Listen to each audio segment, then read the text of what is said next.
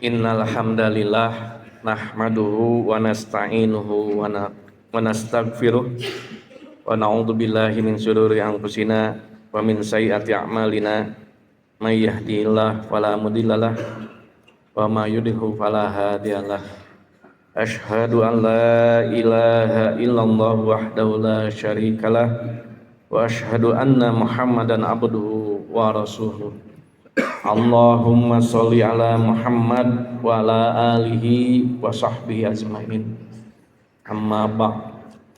Qala Allah fil Qur'anil Karim, a'udzu billahi minasy syaithanir rajim.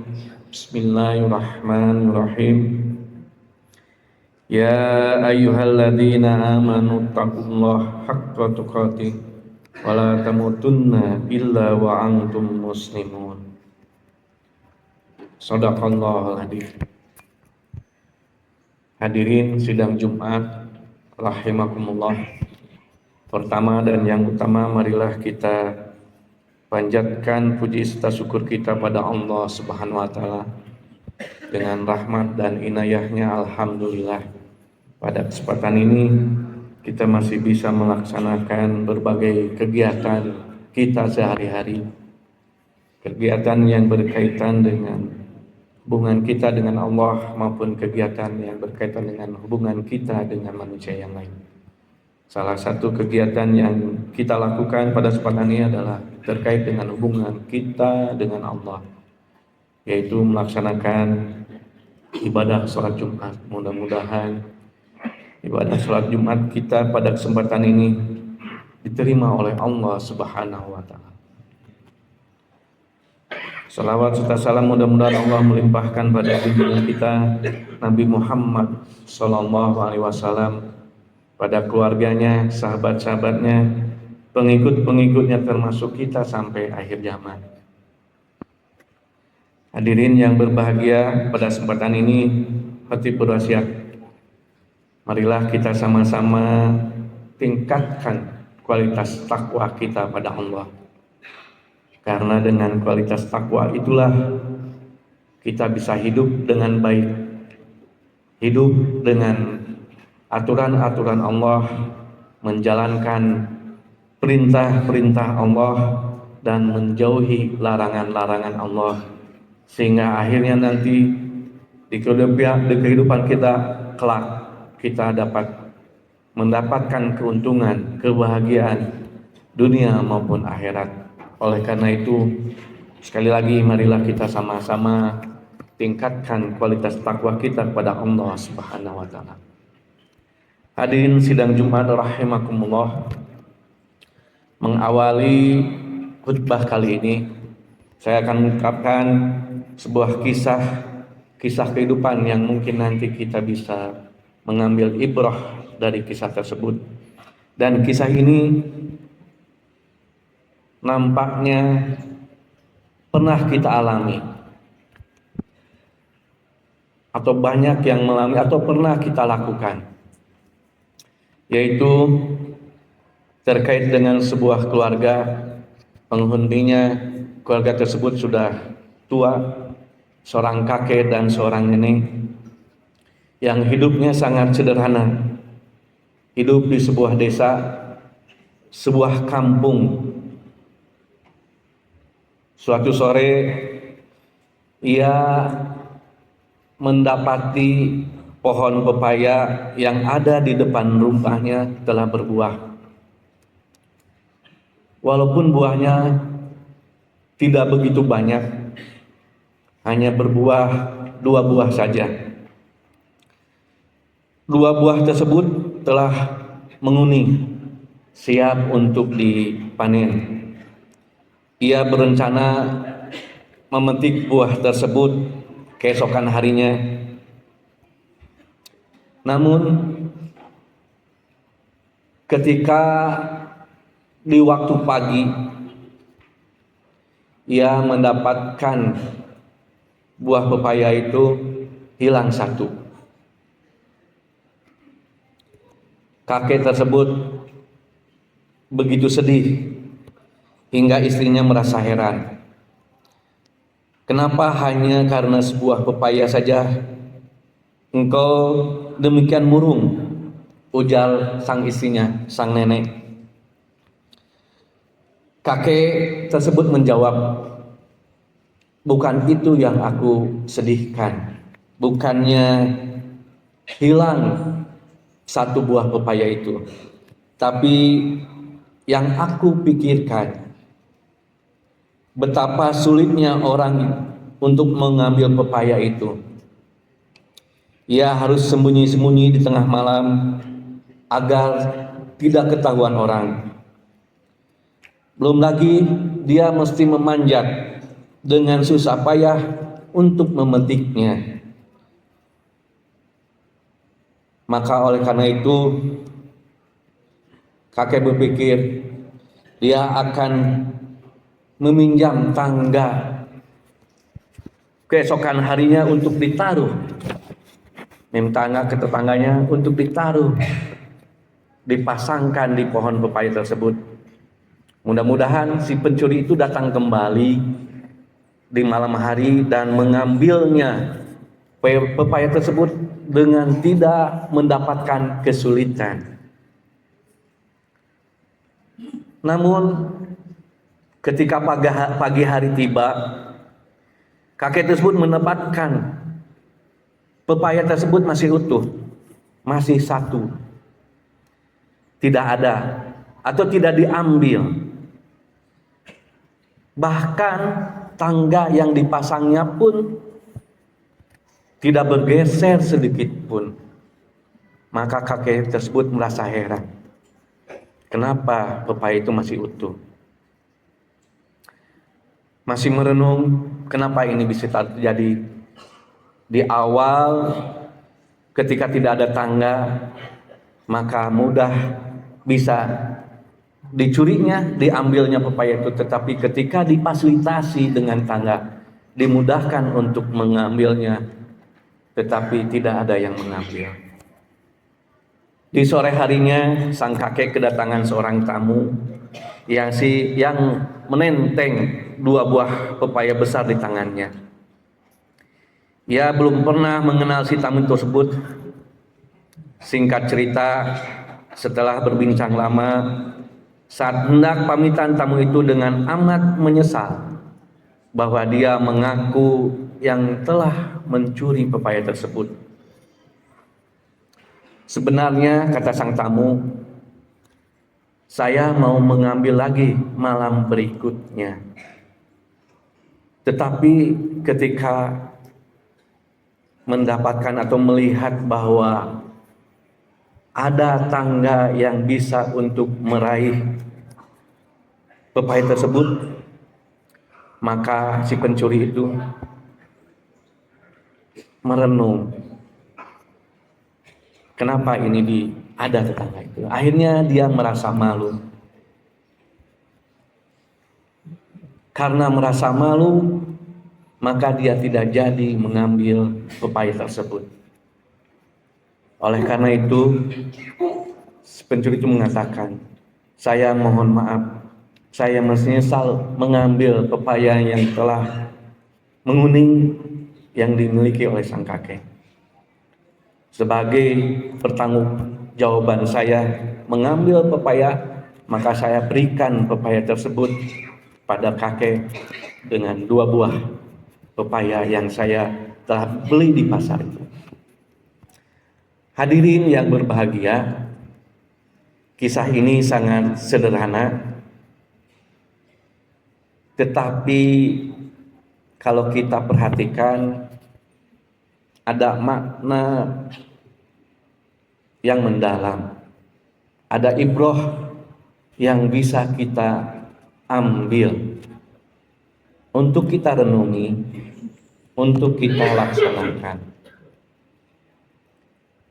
Dalam kisah itu ada keikhlasan, ada kesabaran, ada kebajikan, ada kebaikan,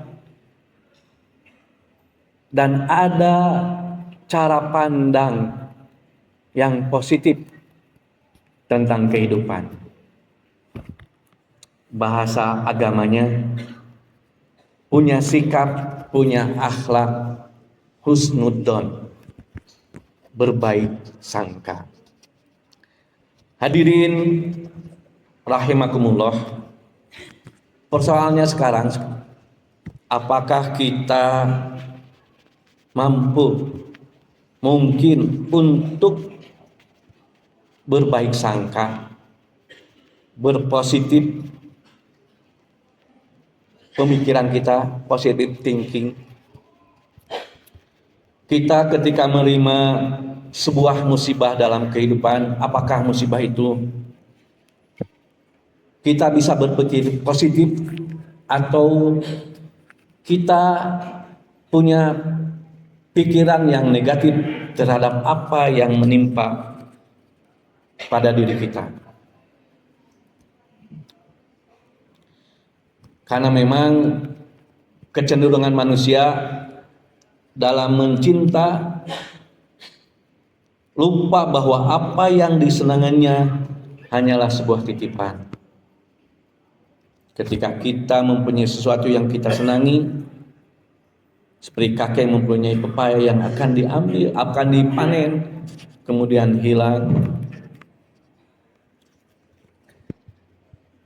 Kita punya harta yang dititipkan oleh Allah, kemudian hilang, ataupun apapun, itu harus ingat bahwa itu adalah sebuah titipan yang setiap saat bisa jadi diambil oleh Allah sebagai sang pemiliknya. Sebagaimana Allah jelaskan dalam surat Al-Adiyat, innal insana li rabbihi lakanud wa innahu ala dzalika lasyahid wa innahu li hubbil khairi lasyadid. Sungguhnya manusia itu sangat ingkar, tidak berterima kasih kepada Tuhannya, dan sungguhnya manusia itu menyaksikan sendiri keingkarannya, dan sungguhnya dia sangat bakhil karena cintanya terhadap harta.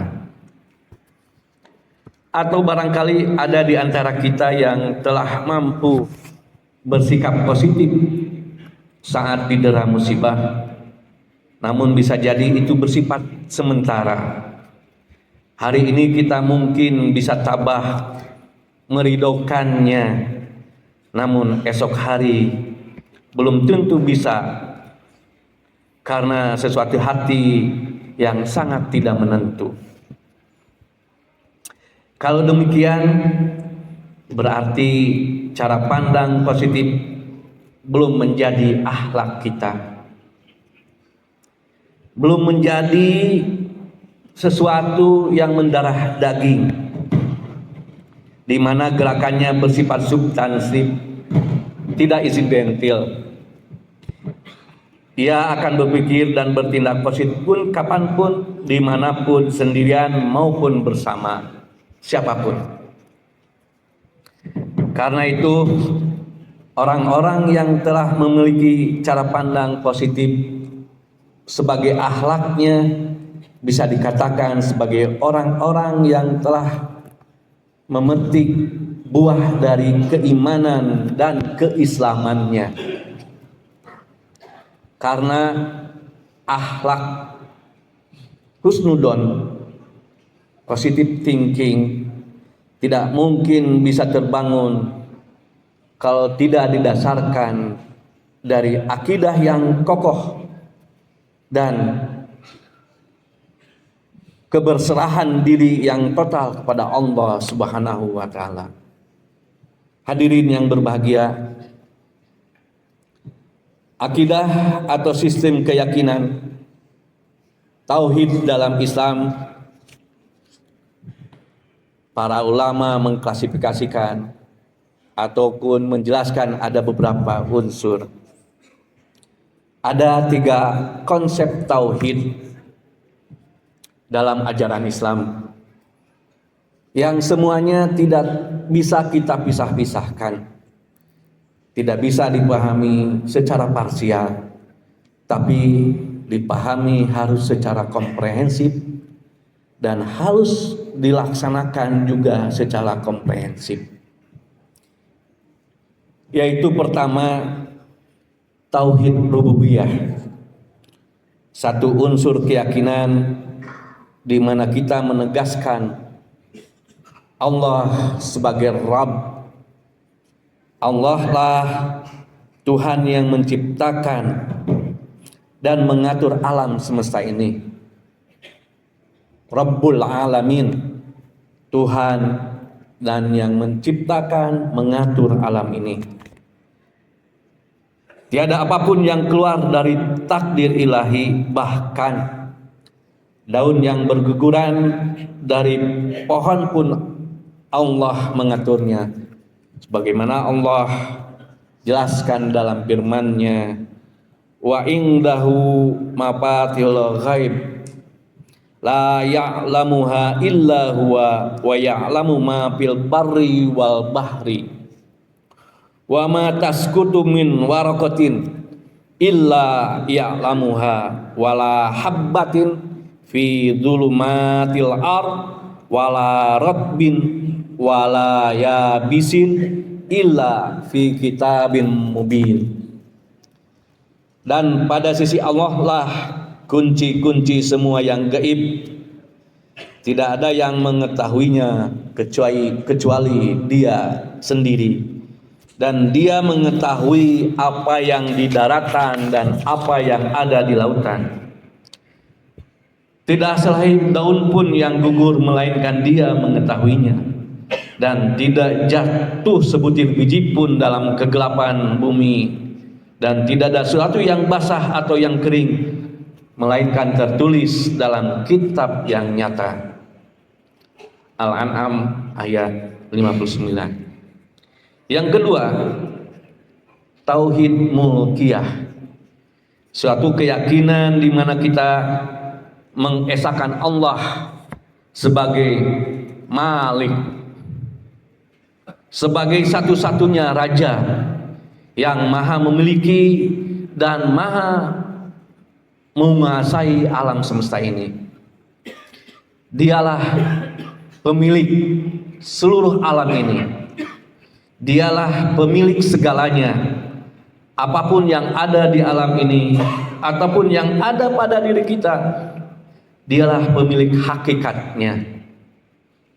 Allah menjelaskan dalam surat Al-Baqarah ayat 107, alam ta'lam annallaha lahu mulkus samawat wal ard wa ma lakum min dunillah min waliyyin wala nasir. Tidaklah kamu mengetahui bahwa kerajaan langit dan bumi adalah kepunyaan Allah, dan tiada bagimu selain Allah seorang pelindung maupun seorang penolong. Dalam ayat lain, lillahi mulkus samawat wal ard wa ma fihinna wa huwa ala kulli syai'in qadir. Kepunyaan Allah lah kerajaan langit dan bumi dan apa yang ada di dalamnya, dan Dia maha kuasa atau segala sesuatu, atas segala sesuatu. Hadirin yang berbahagia, yang ketiga adalah tauhid uluhiyah, satu keyakinan di mana kita mengesahkan Allah sebagai ilah, yaitu satu-satunya al-ma'bud, satu-satunya yang berhak untuk disembah, diibadahi, dicintai, diagungkan, ditaati dan dipatuhi. Hanya kepadanya semata kita berserah diri, mengorbankan diri, menambatkan setiap asa, harap dan doa kita, serta hanya kepadanya semata kita memohon pertolongan. Sebagaimana Allah menegaskan, innani anallah la ilaha illa ana fa'budni wa aqimis sholah li dzikri. Sungguhnya aku ini adalah Allah, tiada ada Tuhan yang hak selain aku, maka sembahlah aku dan dirikanlah sholat untuk mengingatku. Hadirin yang berbahagia, berdasar sistem keyakinan itulah Orang-orang yang berpandangan positif sebagai akhlaknya memiliki sikap yang terbaik terhadap setiap kejadian. Walaupun pada apa yang kita menganggapnya sebagai musibah atau kesialan, mereka tidak memiliki pembendaharaan bahasa seperti sial, celaka, celaka 12, celaka 13, kehilangan, bencana atau sejenisnya. Karena mereka selalu bisa melihat hikmah atau sisi baik di balik setiap peristiwa. Sehingga pikiran dan perasaan mereka selalu mendisposisikan untuk berucap dan bertindak mulia dalam bingkai keyakinan sepenuhnya bahwa Allah lah yang Maha Rahman dan Rahim, tidak menciptakan segala sesuatu dalam kebatilan ataupun kesia-siaan. Sebagaimana Allah menjelaskan, alladzina yadhkurunallaha qiyaman wa qu'udan wa ala junubihim wa yatafakkaruna fi khalqis samawati wal ard rabbana ma khalaqta hadza batila subhanaka faqina adzabannar. Orang-orang yang mengingat Allah sambil berdiri atau duduk atau dalam keadaan berbaring, dan mereka memikirkan tentang penciptaan langit dan bumi, seraya berkata, ya Tuhan kami, tiadalah Engkau menciptakan ini dengan sia-sia, Maha suci Engkau, maka peliharalah kami dari siksa api neraka. Oleh karena itu mereka berserah diri sepenuhnya bahwa yang Maha Esa adalah Allah Subhanahu wa Ta'ala. Tidak mungkin mentakdirkan yang buruk bagi alam semesta, apalagi manusia. Ungkapan kesialan dan kebencanaan jangan-jangan merupakan ekspresi dari ketidakmampuan kita dalam melihat sisi baik dari setiap ciptaan Allah Subhanahu wa Ta'ala. Orang yang memiliki cara pandang positif sebaiknya sebagai akhlaknya senantiasa bisa melihat pelita dalam kegelapan, mampu bersikap adil dalam setiap kejadian, tidak sombong dan lupa daratan. Ketika terdudukkan dalam kenikmatan, sebaliknya juga tidak pesimis dan putus asa akan nikmat Tuhan, bahkan selalu memiliki harapan ketika berada dalam kebangkrutan. Sehingga mereka itulah orang-orang yang bisa jadi dalam hidupnya pernah terjatuh 10 kali, namun tetap mampu bangkit berkali-kali. Demikianlah kehebasan orang-orang yang memiliki akhlak yang cara pandang positif, mempunyai akhlak husnudzon. Oleh karena itu, semoga kita mampu belajar untuk memiliki akhlak yang baik, positive thinking. Barakallahu li wa lakum.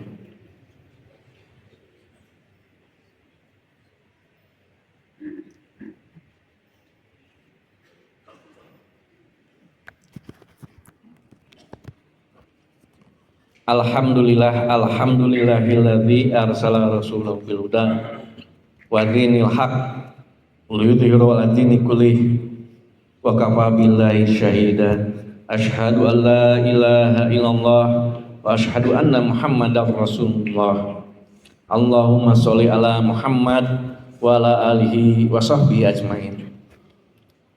Hadirin jamaah Jumat yang dirahmati Allah, memiliki akhlak cara pandang positif bukanlah suatu kebetulan ataupun tiba-tiba, tetapi itu harus kita raih melalui proses belajar,